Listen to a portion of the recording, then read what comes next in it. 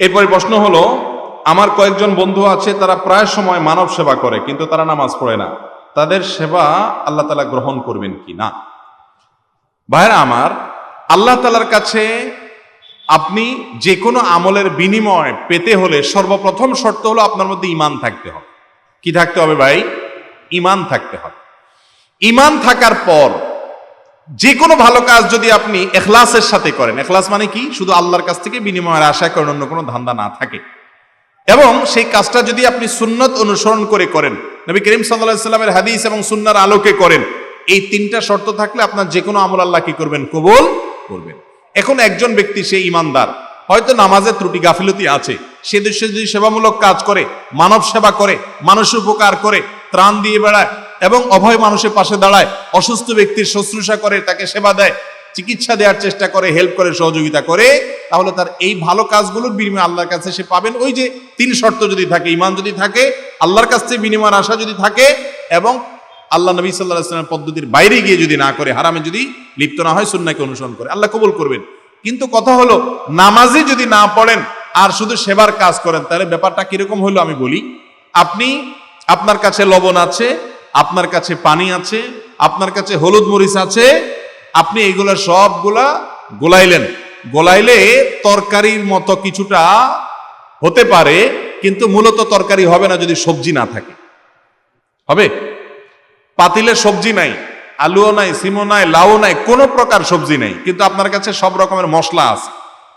মনে করেন আপনার কাছে পেঁয়াজ আছে, মরিচ আছে, রসুন আছে, আদা আছে, হলুদ মরিচ আছে, লবণ পানি আছে, তেলও আছে, সব কিছু আছে। আপনি পাতিলে সব দিয়ে নাড়লেন, কিছু একটা হবে এটা, কিন্তু তরকারি হবে না। ঠিক না ঠিক? কারণ আসলটাই নেই। আর আপনার কাছে যদি শুধু তরকারিটা থাকে, তাহলে সেক্ষেত্রে তেল নাই, মরিচ নাই, কোন দিক থেকে ত্রুটিপূর্ণ তরকারি হবে হয়তো। একজন মানুষ নামাজ পড়ে কিন্তু মানুষ উপকার করে না, ভালো কাজ করে না, তাহলে তার সবজিটা তার কাছে আছে কিন্তু লবণ নেই, মরিচ নেই, তরকারি হবে, এটা জাতের তরকারি না কিন্তু তরকারি হবে। আরেকজনের নামাজই নেই, ইসলামের সবচেয়ে গুরুত্বপূর্ণ বিষয়, আল্লাহ সবচেয়ে বড় নির্দেশ ঈমানের পরে, সেইটাই যদি না থাকে, তাহলে বেচারার কাছে সবজিই নেই, শুধু ওই কি আছে, মশলাপাতি আছে। এই মশলাপাতি দিয়া সে কিছু একটা তৈরি করতে পারবে, ঠিক আছে, কিন্তু এইটা দিয়া তার তরকারি খাওয়ার স্বাদ পূরণ হবে। কথা কি বুঝাতে পারছি? আল্লাহর কাছে কিয়ামতের দিন জান্নাত চাইবেন, আল্লাহ সন্তুষ্টি চাইবেন, অথচ মেইনটাই নিয়ে যাবেন না, তো কি লাভ হবে?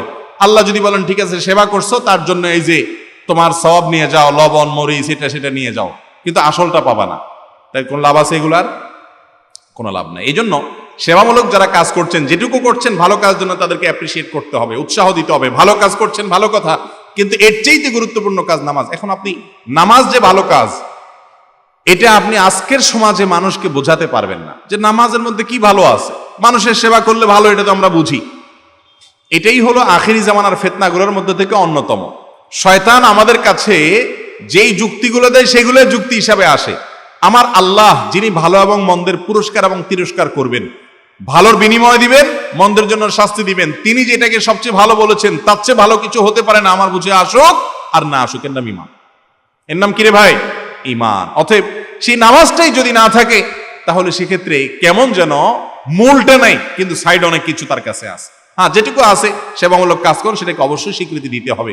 আল্লাহ তাআলা আমাদের সবাইকে শুধুমাত্র এই সেবামূলক কাজ নয়, অনেক ভাইরা আছেন, অনেক ভালো গুণ আছে, কিন্তু নামাজটাই পড়েন। আবার অনেক লোক আছে নামাজ পড়ে কিন্তু মানুষের উপকার করে না, স্বার্থপর, নিজেরটা ছাড়া কিচ্ছু বুঝে না।